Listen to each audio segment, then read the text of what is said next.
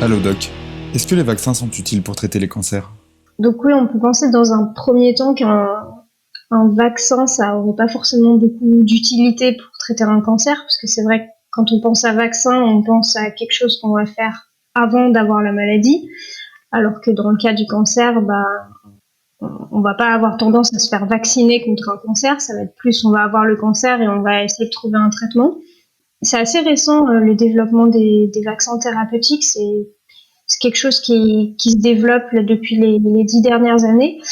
Et en fait, c'est vraiment l'idée de donc comme un vaccin préventif classique, en fait, c'est de stimuler le système immunitaire. C'est pour ça que ça s'appelle vaccin, en fait, c'est parce que le principe est le même, le but est le même, c'est vraiment de stimuler le système immunitaire. Sauf que dans le cas d'un vaccin classique contre un virus, c'est de stimuler le système immunitaire pour que quand le virus arrive, le système immunitaire soit capable de le reconnaître et de le tuer et qu'on soit pas infecté, enfin qu'on soit pas malade. Et là, le but, c'est de stimuler le système immunitaire aussi, mais pour qu'il aille lui-même tuer la tumeur. Donc c'est un peu après coup, c'est vraiment histoire de le réveiller, parce que c'est vrai que les tumeurs, elles ont tendance pour se développer, à essayer de tout faire pour endormir l'armée de l'autre, quoi. Donc vraiment essayer de l'inhiber, de le subvertir. Parfois, elles arrivent même à faire que le système immunitaire les aide à se développer.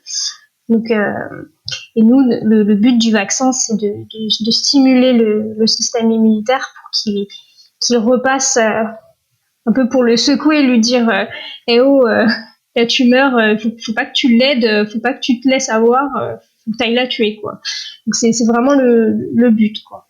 Donc, le but est pareil, mais l'application est un petit peu différente. Merci Doc. C'était Solène Besson, doctorante à l'Institut de biologie structurale à Grenoble.